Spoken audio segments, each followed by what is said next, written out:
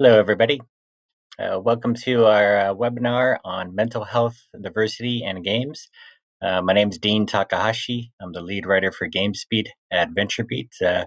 We are live on both Oculus venues in VR and Zoom, and hope you're all staying safe. I've been a tech journalist for about 30 years and covered games for about 24 years. I've been at VentureBeat since 2008, and I run a lot of our game events. We have a conference on gaming growth with Facebook and also on the metaverse on January 26th and 27th of 2021. We have more Oculus venues events coming for January 27th and February 17th. And I think of this panel as a dry run for our GamesBeat Summit event that's coming on April 28th and 29th. We hope this event can be both informative and therapeutic at a very difficult time for so many people. I'm grateful to have this panel and I'll tell you who they are right now. We have Eve Crevoshay, Executive Director at Take This, Angela Roseborough, Chief Diversity Officer at Riot Games, and Javon Frazier, founder and CEO at Maestro Media. And I'm going to have them say a bit more about themselves right now. Eve, will you get us started? Please tell us more about yourself.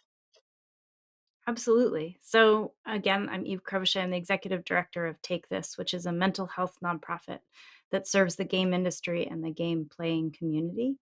And in that role, I advocate for normalization of a conversation around mental health and mental health challenges, and work to provide the industry and the community with the tools and training they need to create supportive and positive mental health environments.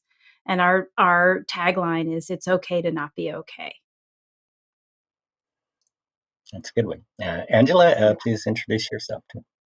Hi, everyone. I'm Angela Roseborough. I am the Chief Diversity Officer for Riot Games. I have been in the diversity space for about 20 years, working in various industries. Part of my job, or majority of my job, is really looking at how do we get the best perspectives, understand different backgrounds, and how we use that as a strategy to not only build our business, but also be able to attract and retain like the world's best talent. So I am very, very happy to be here, Dean. Thanks for asking me to join. Mm-hmm. Yeah, welcome, Javon. Hi, Javon Frazier, as Dean mentioned, founder and CEO of Maestro Media. Started off my games experience with Marvel over a decade ago, and that was video games, and now working in the physical game space with a company called Studio 71, where I started and run their games business through my business, Maestro Media, and it's been an interesting journey in the transition from kind of the video game to physical game space. And so I spent the last decade of my career, working in games. It's been very amazing. Great. And welcome, everybody. And Eve, maybe you can get us started with some comments about why it's relevant to talk about diversity and mental health during the pandemic right now. And why does diversity representation in games and the game industry matter? What does the lack of representation do to people who work on games? Thanks for asking. There's a broader question about mental health and the pandemic, which is an area of great concern for anyone in mental health in the field. We are watching a secondary pandemic of mental illness and mental health challenges appear as the pandemic goes into, approaches a year. And we're very concerned about the long-term impacts of that. The compounded impact of people of color and folks with a range of disabilities and other challenges is pretty substantial as well. It's always greater for people with intersectional identities. the stressors and challenges. And in this particular pandemic, especially in the U.S. with the Black Lives Matter protests and the racial unrest, there's been a real increase in the emotional stressors and experience of people who are not white and not male and not cisgender. And so those stressors are always there, but they are greater right now. And of course, the pandemic has had an outsized effect on communities of color across the United States because of their economics status and their level of exposure through work and other factors. And so the concern is that the pandemic is hitting those communities much more strongly, and the mental health impacts of that are impossible to ignore. So broadly, it's a real concern. And then diversity in the game industry follows the challenges that occur across many industries, that a lack of representation puts greater stress on people who are underrepresented, and it creates greater burdens. And this is something that I know Javon and Angela and I have spoken about already in privately. It's that those stressors are harder and harder to ignore in a context like this. They're not unique to the game industry at all, but they play out in specific ways in the game industry. And either Angela or Javon, do you want to weigh in with anything right now, or move on to my next question here? Okay. So Javon, you've worked in games a long time, and you've experienced a lot of isolation. Can you talk a bit about your experience at the places where you've worked?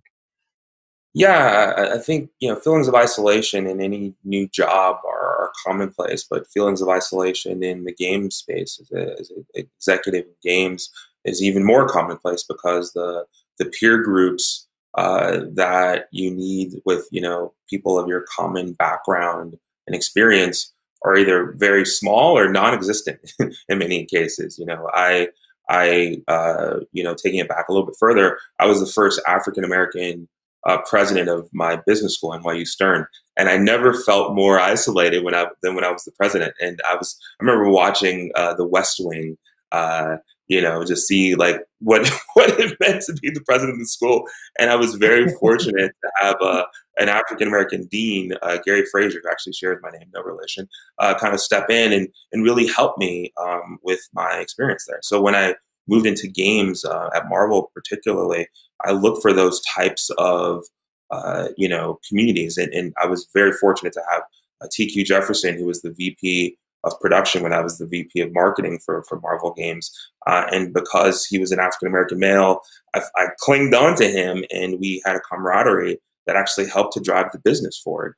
And I think it's really important to be able to have peer groups for people of color in the game space in order to help obviously the reason there is so far that we're in that space, and we're trying to excel, and we're trying to drive the business forward. And I think it's important to have that network in order to help it, and not just about people of color. Frankly, one of my biggest mentors to this day is Rob Steffens, who's currently the COO of Marvel, who was a Stern alum, and he saw me as a young guy, working my butt off and at Marvel, and he really reached out to me. So I really think it's important because for people of color, that the groups and the support is lacking.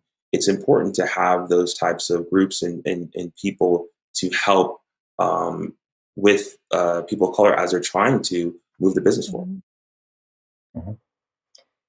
Angela, how about your own experience? You're a double minority here.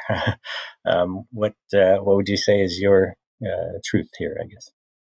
I actually joined Riot for a couple of reasons. One, I really wanted to help the company. Second, as I thought about this, there's not a lot of people who look like me that sit at a C-suite. And so a big prevailing reason why I thought this was a good move, other than I really wanted to kind of help drive our strategy forward, is that I I had to say I could count on, like at that point, maybe on my hand how many Black women I knew that were sitting on a C-suite. And so I had to do it so that every little Black girl knew that this was a place where she could be, particularly in this industry, even if it's only two of us. It starts to, as Javon said, there is no, kind of roadmap. And so we're kind of blazing this trail and building this roadmap as we go along. And so I think it's super important that people can look and say, I can be there too. And that was really, when I thought about the job, it was bigger than me in that, because I want people to see that representation, we could get there. And I didn't even aspire to be at a C-suite. I really didn't. I didn't see anyone that was there. And so I really had to kind of take on this opportunity.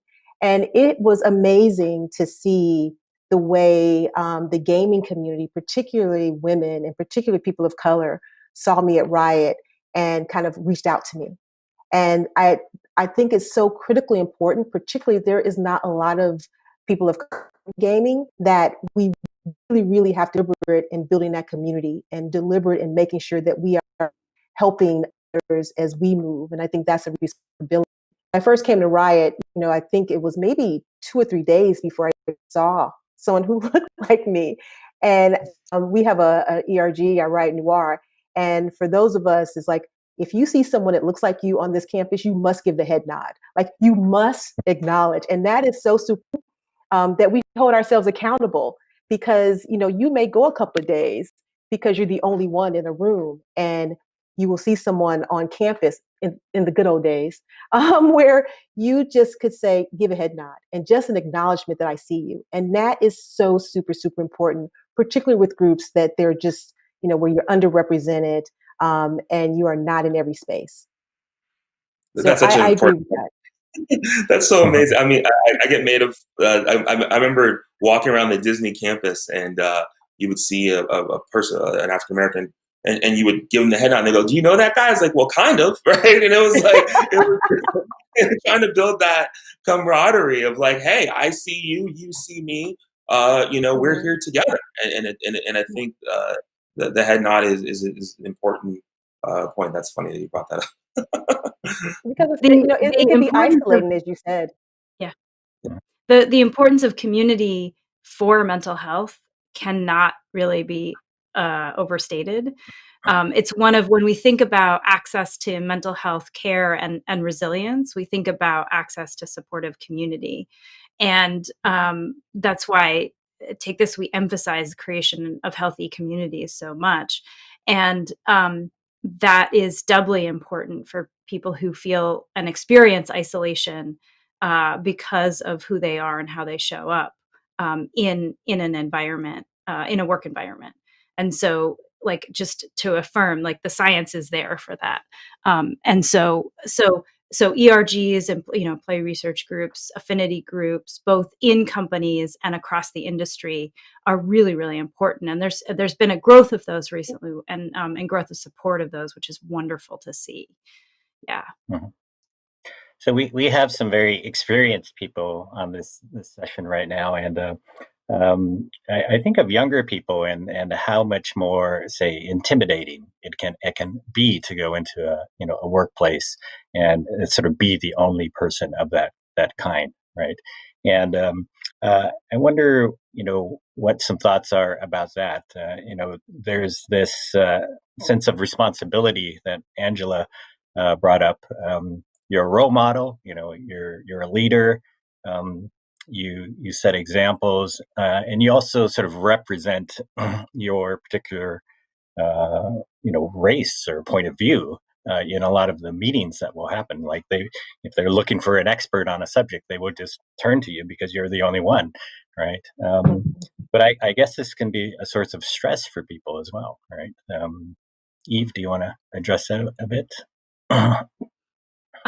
Yeah, I mean, what you're talking about is the tokenization of individuals and the stress that comes from having to both be the representative of everyone. And Javon, I know you've thought about this a lot, being, you want to show up as yourself, not as the Black person in the room. And that's a significant burden to bear, right? Yeah, I keep giving examples of college and things like that, because I think African Americans are, you learn these things super early. So I'm going to take it even further. When I went to a predominantly Black school, and then got a scholarship to a predominantly Black school in South Central, then got a scholarship to a predominantly white school in Brentwood, and got a full scholarship to go to Brentwood. And one of my earliest memories was the 1992 riots. And they had all these assemblies about the riots and social unrest, and they had these breakout groups. And I remember the other kids saying, "All right, Javon, so what do we do?" I'm like, "Well, I'm in 8th grade." So I don't have a solution for the social unrest, and I'm as freaked out as you, I think. And I think I learned that very early, that when you're in an environment where you are the only person of color, you're expected to have these grand solutions and speak for all people of color. And I think that my voice is the voice of Javon, right? I'm a Black male, but I'm speaking for Javon, right? And Angela's speaking for Angela. It's like we don't have the same viewpoint. We might have similar experiences, but we speak for ourselves. And I think that's one of the misconceptions and one of the challenges in going into these environments. Mm-hmm. Yeah. I want to add something to that, Javon, because I also think the reality is I am the Black person in the room. And the sad part is I'm the only Black person in the room. Right. And so I do think on the other side of that, as you were speaking about this, Eve, I was also thinking, when people say to me, "I don't see color," like, what? What color's your shirt? And so if I am the Black person in the room, I'm not going to speak for every Black issue. But I do think that I need to give my perspective. And, at Riot, when the George Floyd was murdered, and typically in the chief diversity officer role, I've always been like, I can't show up as the woman in the room or the Black person in the room. I have to be the chief diversity officer. And that is inclusive of everyone, every perspective I have to represent. And I think with George Floyd, I wrote a letter to the company and I said, "Look, I'm not the chief diversity officer. I am a Black woman. And I want to share with you a perspective of what I go through, because the goal is that there is empathy and understanding. If everyone's ever experienced a loss, that's going to be the thing that binds us. So you may not have experienced kind of what it's like when you see the cops shoot, but you will experience the loss that I feel with every time that happens to someone who looks like me, because I know instinctively that could be my nephew. That could be Javon. That could be anyone that I know. And I had to explain perspective in that story, because I think there's power in stories. So that one, I could say I'm not okay. And two, that I could create the space for me not to be okay by sharing that story, but also that people could understand, even if they disagreed, that this was a journey that I was on as a Black woman. And it was probably the most vulnerable I'd ever been to an organization, to say, I have to call my nephew. And I don't say, "Hey, Caden, I love you." It is like, "Okay, what's the drill?" And there is a go through every time this happens. And in the month of May, we had that conversations 4 times. And then I'm expected to go to work and be normal. And the pandemic made us all see it and experience it together. But that has been happening for a long time. And we compartmentalize that so we can function and go to work. And so I think what the pandemic did for me is the aha was, I'm really good at compartmentalizing because that's just the existence. And we talked about this. But it became suppression. And it started to act out in very different ways. And we had to address that at Riot. And I think companies have to address that, because it is happening. Mm-hmm. I'm grateful. This seemed like the year that it was okay finally to come out and say you're not okay. Right? I mean, that's one of the rare I guess, benefits of the pandemic in that sense. But as we talked that, about, we're conditioned to say, "Oh, how are you doing, Javon? Oh, I'm okay." Like that's our first kind of go-to thing that we yeah. say. Because what if I said, "I'm not okay"? Like, oh, now that's awkward. What what's the next step after that? So I think that's the thing that we had to get comfortable with. Well, this is the first time I've ever participated in an experience like this, and I think obviously talking about race, talking about the impact. I don't believe that race defines who I am.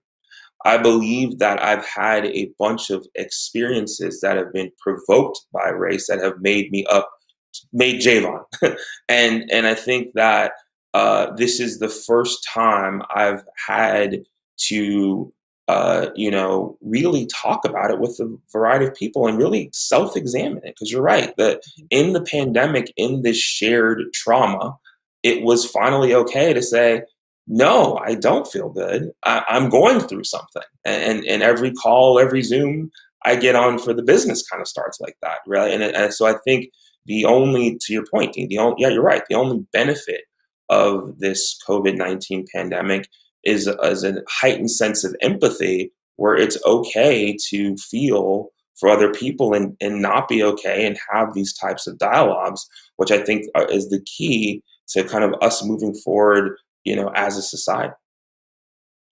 I think, Javon, that's so powerful, and to build on that, and also something, Angela, that you said about vulnerability.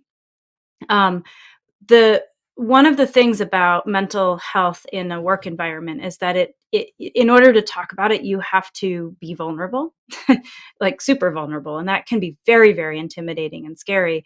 And it has to be modeled by leadership, right? You have to model vulnerability in order to get it from your employees. But you also, in modeling and inviting vulnerability, you invite people to show up at the way they are, right? You hear more of who they are, and you are conditioned to listen better. And that's really like kind of a key aspect of increasing diversity, is actually listening and actually responding to what you hear. And so this time has required of everyone a level of vulnerability. And I want to acknowledge how scary that is, and how much of a risk that can feel like, especially if you've always kept some barriers up or kept some distance from who you are and how you show up, because of the existing levels of stress and the existing levels of just being used to not being heard or not being seen, right? That exists if you are underrepresented in an environment. So I think right now it feels very good that we're sort of in listening mode, these stories that I'm sure a lot of people maybe have not thought about as much, I guess. But there's also this sort of fix it mode that I think people get into with the diversity. And I think that was my own temptation for this session, is like, oh, can we come up with 100 tips for people, to take home and write down and, figure out their own lives.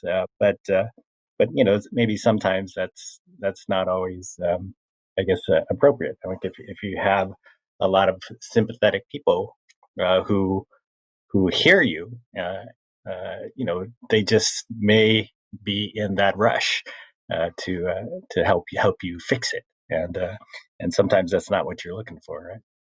Well, I think, look, I don't fault people for wanting to fix the issue, right? Or fix, but this is not, I think it trended this summer. So it's like it was the trending issue that people were wanting to fix, but this is systematic issues since the formation of the country. So it's not like just the summer, fix. Not to, I'm sorry for those, but I got a bunch of donations in my name this summer to organizations. And I'm like, that's not for me. That's for you, to make you feel better. And that's fine.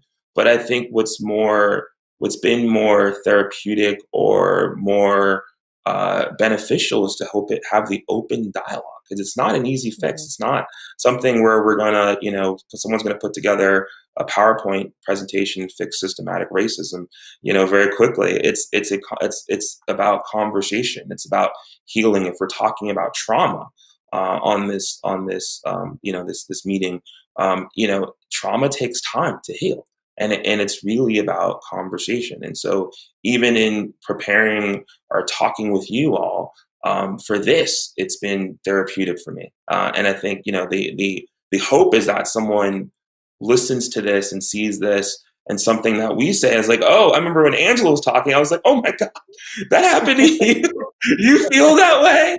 And like, I was like, I remember telling my wife, like, and it was just these things. It's surprising. My wife went to Brentwood school too, and she was from a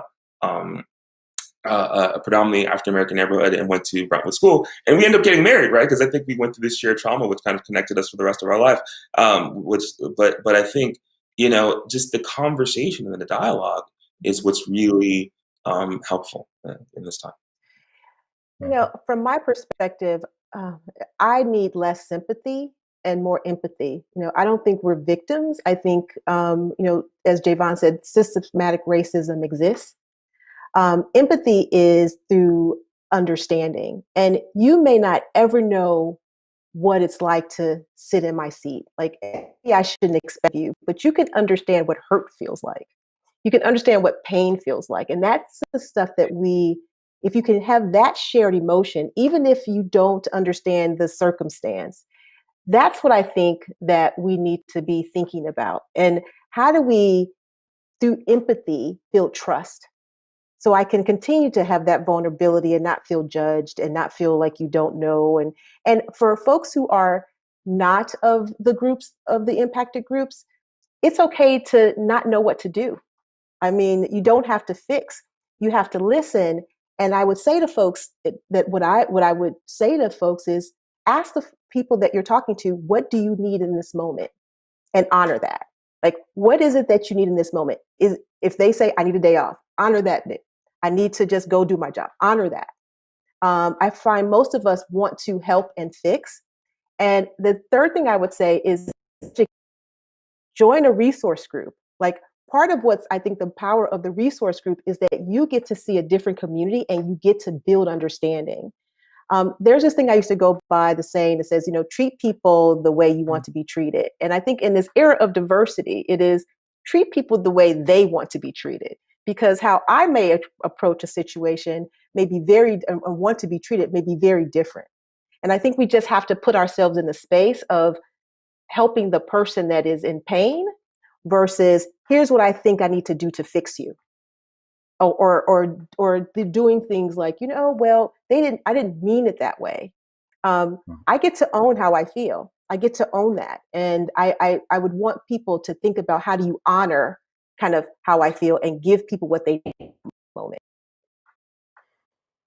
Javen, I think you've mentioned that before. There was one other, Black executive with you at Marvel there, and it's good when you have another person that you can turn to. But sometimes, if you are the only one, I think you folks have mentioned that reaching outside of your company to other peers in other places, maybe in professional organizations. That's a good way to find the support you need. Yeah, I mean, look, TQ to this day, we're still friends because of the shared experience that we went through. I was the best man at his wedding. He's my neighbor now, and that really, bonded us together. I also want to highlight that, a point that you said, Angela. It's not just about, as I think I get a little frustrated when you got this like sympathetic tone, right? It's it's empathy, like you said, and I think that it's about support, but not like sympathy, right? And then, so what in any African American that's in a C-suite, right? I was the chief product officer and president of gaming for Studio 71. That you had to kick butt to get there, right? Mm-hmm. And a lot of people, were in the C-suite, or because they're so so far a few of us, those people are all of us are highly dynamic, amazing. I can say that without, that's one thing I can say. I don't like to speak for everyone, but I can speak for everyone in saying that any African American that's in a C-suite, who got new studio heads, they had to kick butt to get there. And therefore we're not looking for sympathy. It's just the empathy of understanding that to get to that place and to get to that level, there's a lot that comes with that. And I benefited, kind of underlying the point, because I talk about two African American mentors, and Gary Fraser from Stern, and TQ, who was my colleague, but Rob Steffens, who is a white male from works at Marvel. Just because we went to Stern together, and he saw me come in from Stern and going crazy at Marvel and trying to be the best executive, him just giving me the time to talk to me, and made all the difference. So it's really about finding those groups, and it's not, and talking about outside of the workplace. One of the things that I was fortunate when I was 18 years old. Now, I'm kind of going through my life history, but I think, like I said, we learn these things very early. But when I was 18 years old, I joined an African American fraternity called Kappa Alpha Psi Fraternity Incorporated. And that organization was started in 1911 at Indiana University with 10 African American students that literally were so discriminated against. They had to take the test, but weren't allowed in the classroom in 1911. And literally that they started this organization to say, hey, there's so few African Americans on college campuses that we need to have an organization to pull these people together. And frankly, joining the fraternity, helped me out significantly. So I find, solace in my fraternity, who are my brothers to this day. I find solace in my church. And so, those are things that help to lift me up. I am curious about how you get conversations going about this, diversity and mental health. Maybe it is easier now, but Angela, you had walked into a tough situation at Riot. They had the allegations of a sexist culture. You started after that, and I wonder what you learned about the effort to right the ship. And maybe can you walk us through where you think the company is now too?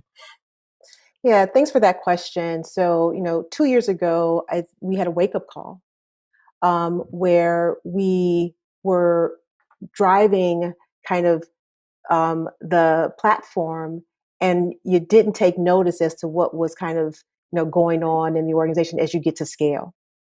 And so coming to Riot, again, having to talk to the founders and the leadership team, it was very apparent to me that what we were trying to create was a great experience for everyone. And yet, when you start to scale and you start to bring in others, that are of diverse folks, your definition of best has to change. Because if I were to design a company, I'd probably have a spot. I have my own idea of what best is, and how people, that goes back to that golden rule, how I'd want to be treated.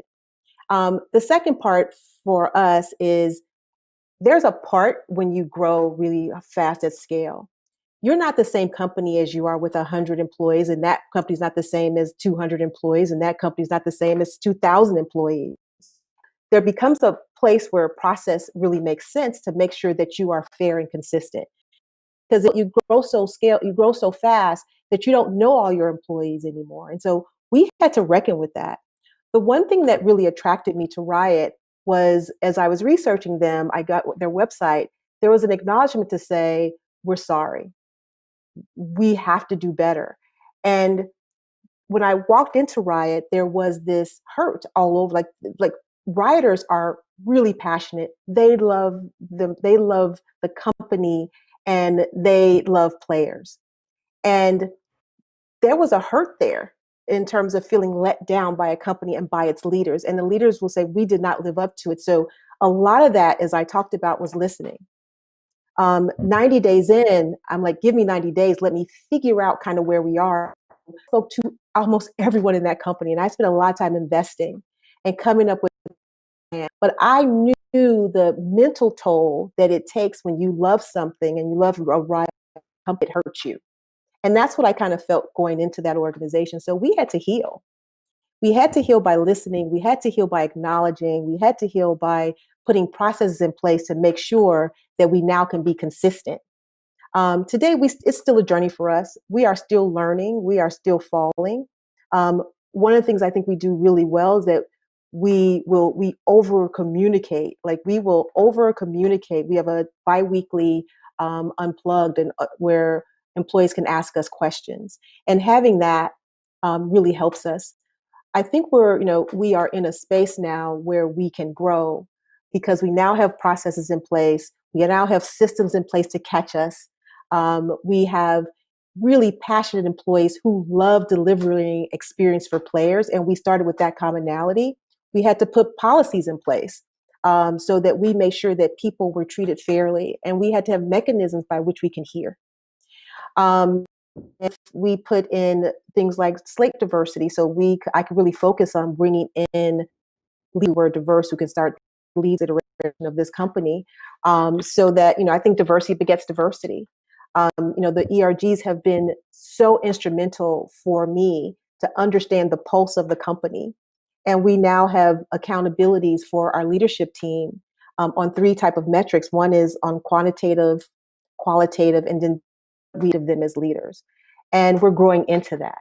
So I think there's always more work to do. Diversity is not that. I think about this in my specific case. It's not about creating advantages for some people. It's about removing barriers so that we can all do our best work, and that's kind of the mantra of this.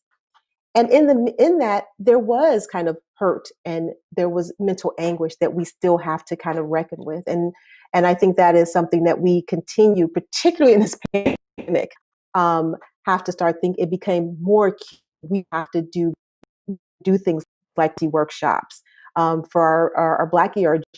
We do life coaches just to make sure that we stay connected. It is hard to stay connected in the pandemic. So I'm really happy with kind of the progress, but we are far, far, far, far from done. Diversity is not kind of a crisis management kind of deal. It's really more about how we unleash and unblock. And we are continually learning every day and growing every day. But I think it all comes back to being authentic and staying connected with the communities who you're trying to impact. And I think that's something that we continue to try to do, particularly in our office. I would just want to reinforce that this work of diversifying Riot is so important because it shows up in the product, right? And when you have a diverse product, it makes an impression on millions of people who are playing that product, right? And it's a responsibility in that sense, right? We last year launched our first Black champion, Senna. And I tweeted about Senna and it's so good to see yourself in the game. And that's you get to tell those stories when I tell you representation matters. We just launched Thierry, our first openly trans character. And so one of the things that we've learned, particularly in our kind of products, which we're doing a lot of good work there, is, I had one leader who was a creator, and he said, through this process, I learned I don't have to default to white. So being able to be open and vulnerable to different perspectives. And if I think about Senna specifically, her hair had to be, she was more, her first iteration was more, fine European. Her hair, they talked about her nose, her hair, making sure that your stories are authentic to the people is super important. And I think it's something that we are continually working on. And it's one of the things I'm most proud of. Does it trigger any thoughts for Eve or Javon as well? Oh, absolutely. I always draw the line between diversity in a company and the products and the games that they produce, and I think that's an essential connection, both because of its impact on players from a representation and mental health perspective. That when you see yourself in a game, that's validating and and can often be really exciting and positive, right? It also changes the conversation in the game playing community because we know that harassment and abuse and toxicity online, what we at Take This call dark participation, is a real problem. And if you change the baseline of how games are made and how communities are constructed, because of whose voice is in the room designing and making games, then you're going to change the environment in which they're played. And that's really significant. That's really important. And I can't understate the importance of that connection. But then also, I think, there's this, I lost my second point, but but it's the representation. Oh, it's also about audience growth, right? The more people see themselves in games, the more they want to play, right? There's a business case there. It's we don't want to walk away from that. Yeah, absolutely. As a developer of games, the sensibilities and around being, an African American male, and the lens with which I view the games that I'm developing, targeting, diverse audiences is so important to the success of the product. And I think we're seeing that, across mediums. But speaking specifically to games, it's very important who you have in having that voice in the room, in order to make your product appeal to wide audiences. And I think that's amazing with the examples you gave from Riot. Really amazing to see the representation, because it matters. I think, I remember watching the Black Panther, and just, Wakanda forever still. And it was the high, it was like that.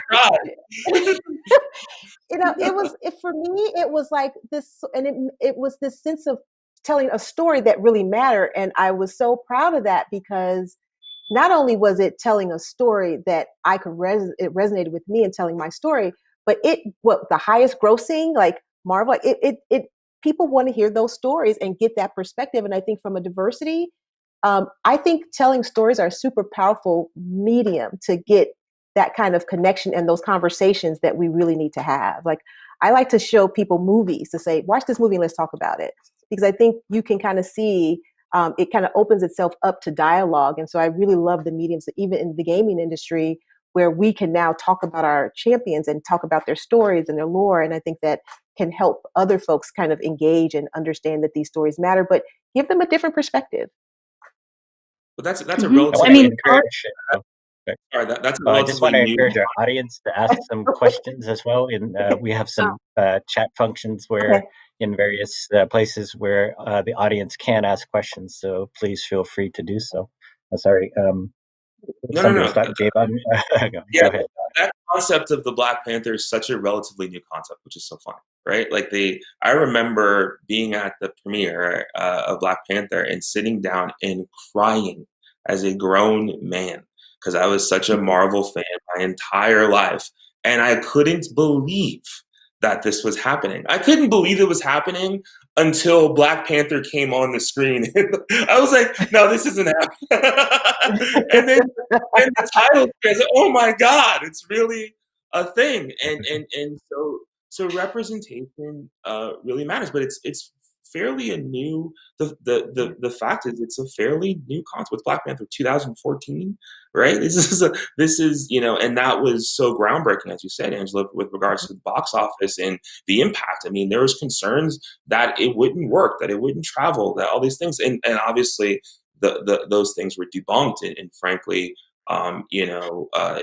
white kids are playing with Black Panther toys the same way as all other kids are playing. There's no barrier there, but I think that's a relatively new thing, and I think it's important for us to really double down and tell new, innovative stories through games, through all media, because frankly, the concept that it won't work, it won't travel, all these things are old notions that have been constantly debunked.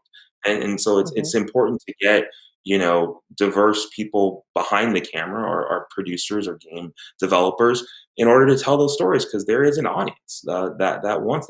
We're seeing it more and more every single day. Yeah. I mean, art and games are part of that. Art and entertainment are both a reflection and a shaper of culture, right? And so we can use them to shape the narratives that we refer to and depend on all the time.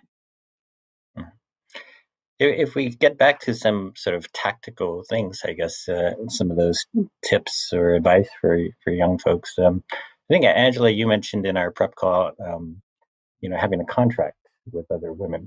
Yeah. Yeah. So, we've all, if you are a woman in a room, we all kind of have this shared experience where we're either spoken over or we're not. Like, we will give an idea and then someone says it 10, minutes later, like, oh yeah, it's great, Joe, that was an awesome idea.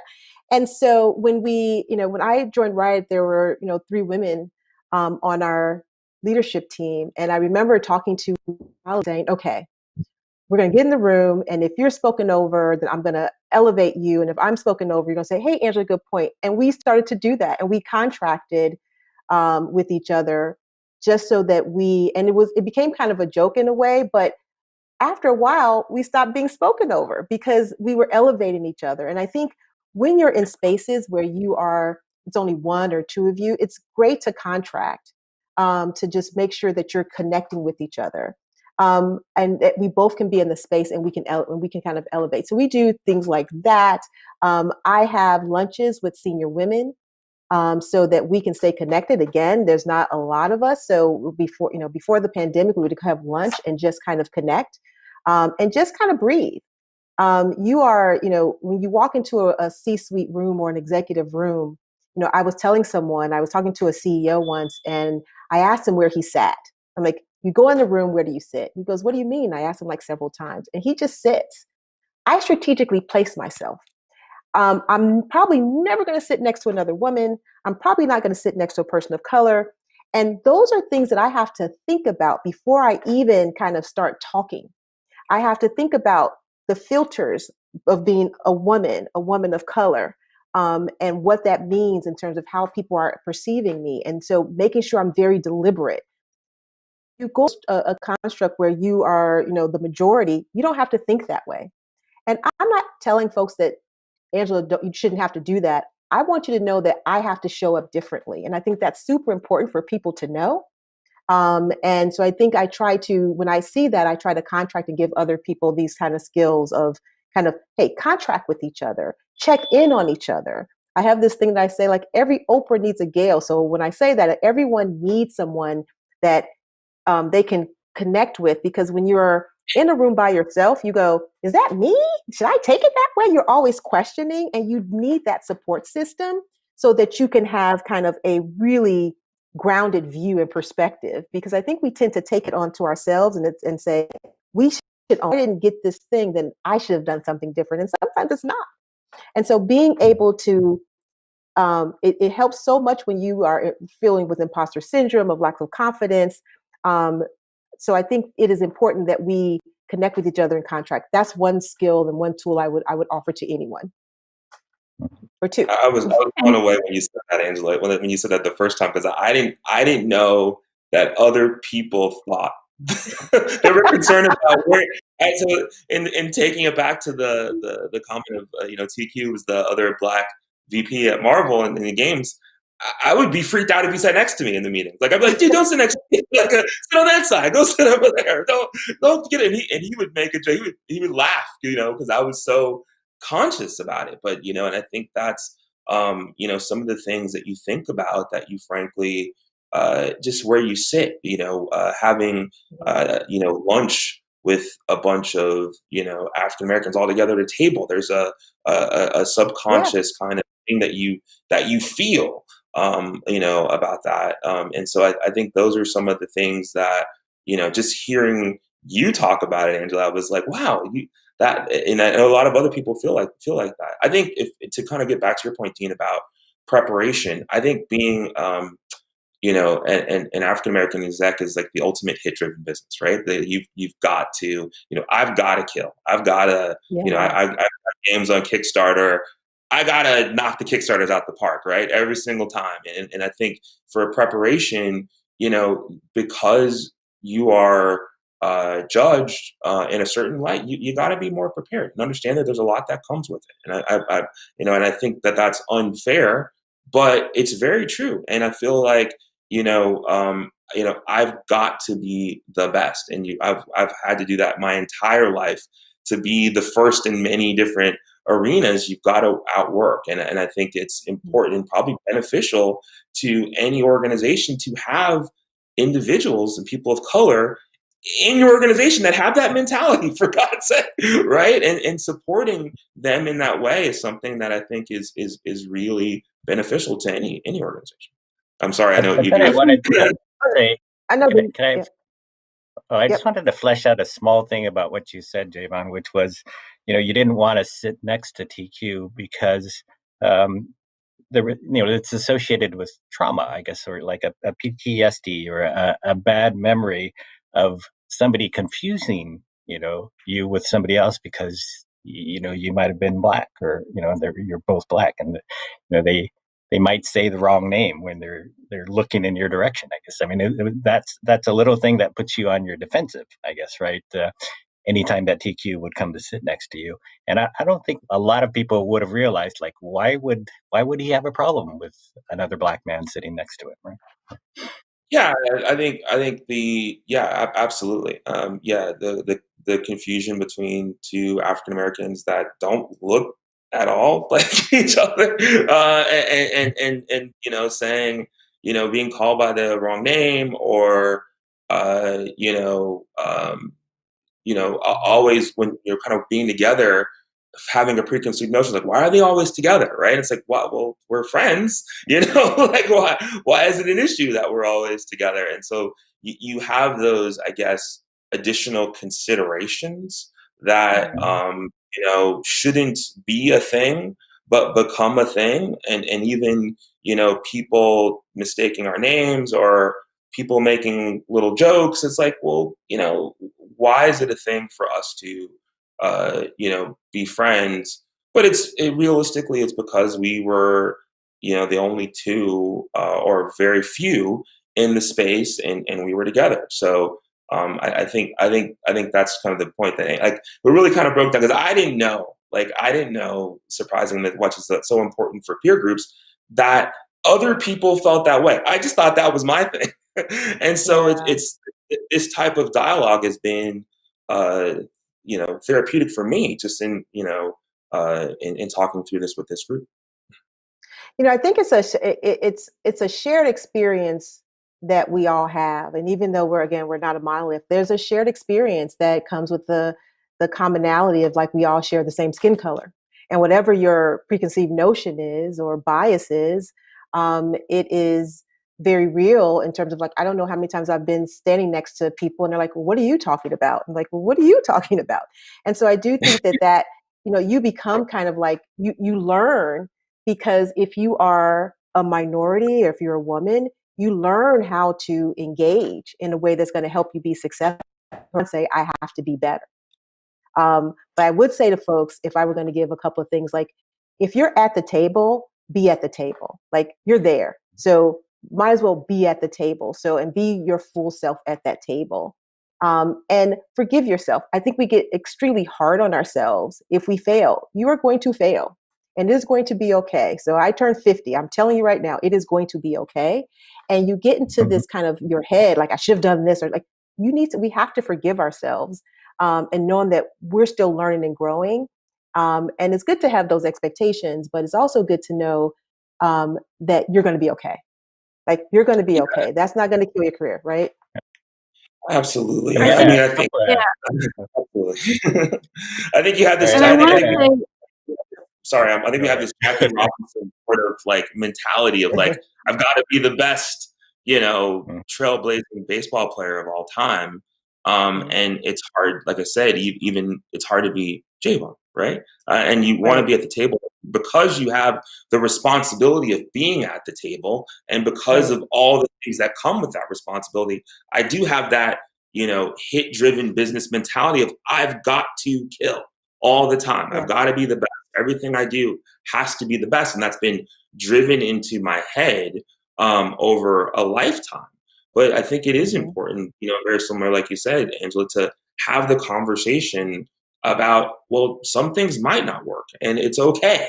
and it, which I think is very counterintuitive to, what I've been programmed with Exactly. societally for the course of my entire life.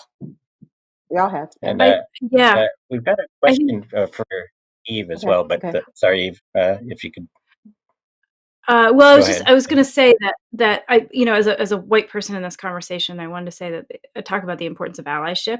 Like Mhm. white people have to show up as allies, which means boosting other voices, not our own. Mhm. Yeah. Reinforcing that other people are valid and worthy of being listened to, and also worthy of being invested in. Right, Javon? That idea Exactly. of like, it's not always going to work. We are all going to make mistakes, and the investment, the long term, sticking with somebody, even if they're different from you and you're uncomfortable with that fact, is part of this process. Mhm. So that's Eve, this question we have for you in particular, I guess, is you mentioned separating games from the creators or the studio, and the question is, what can gamers and people do in the industry when they know that developers have faced difficult work environments like crunch or abuse, but you still want to go out and play their game, right? Cyberpunk rises to mind here. um, uh, Yeah. Interesting question. I don't know. It is. That is an interesting question. There is always the option of voting with your pocketbook, but that's a tough one to push, and it doesn't seem to be one that really has had a lot of traction in games. Right? People are really excited about playing some games that have been produced in really awful environments, and that's consistent. I think the changes that need to be made in the industry have to increase really from the inside and from the ground up. And what I think is very promising about the game industry is that we're in the midst of a generational shift in games. Mhm. The beginnings, Angela, you spoke about the founders of Riot, right, and the culture that they brought with them, and a lot of that founder perspective and mentality, which is very white and very male, um, is uh, is aging out.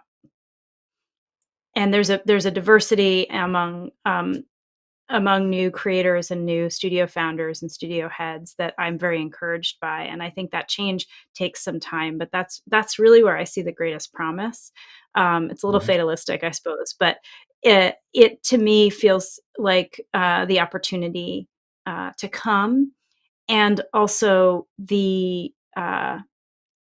there's been this year has been everything in society has come apart at the seams a little bit this year. Angela, I think you were saying this too. A lot of stuff has been exposed Mhm. that was always there, but now we really can't ignore it. And that gives everybody the opportunity to force conversations that hadn't been there prior. And I think that will make real change. It's not going to make real change everywhere. There are cultural and business differences across the industry because it's a global industry.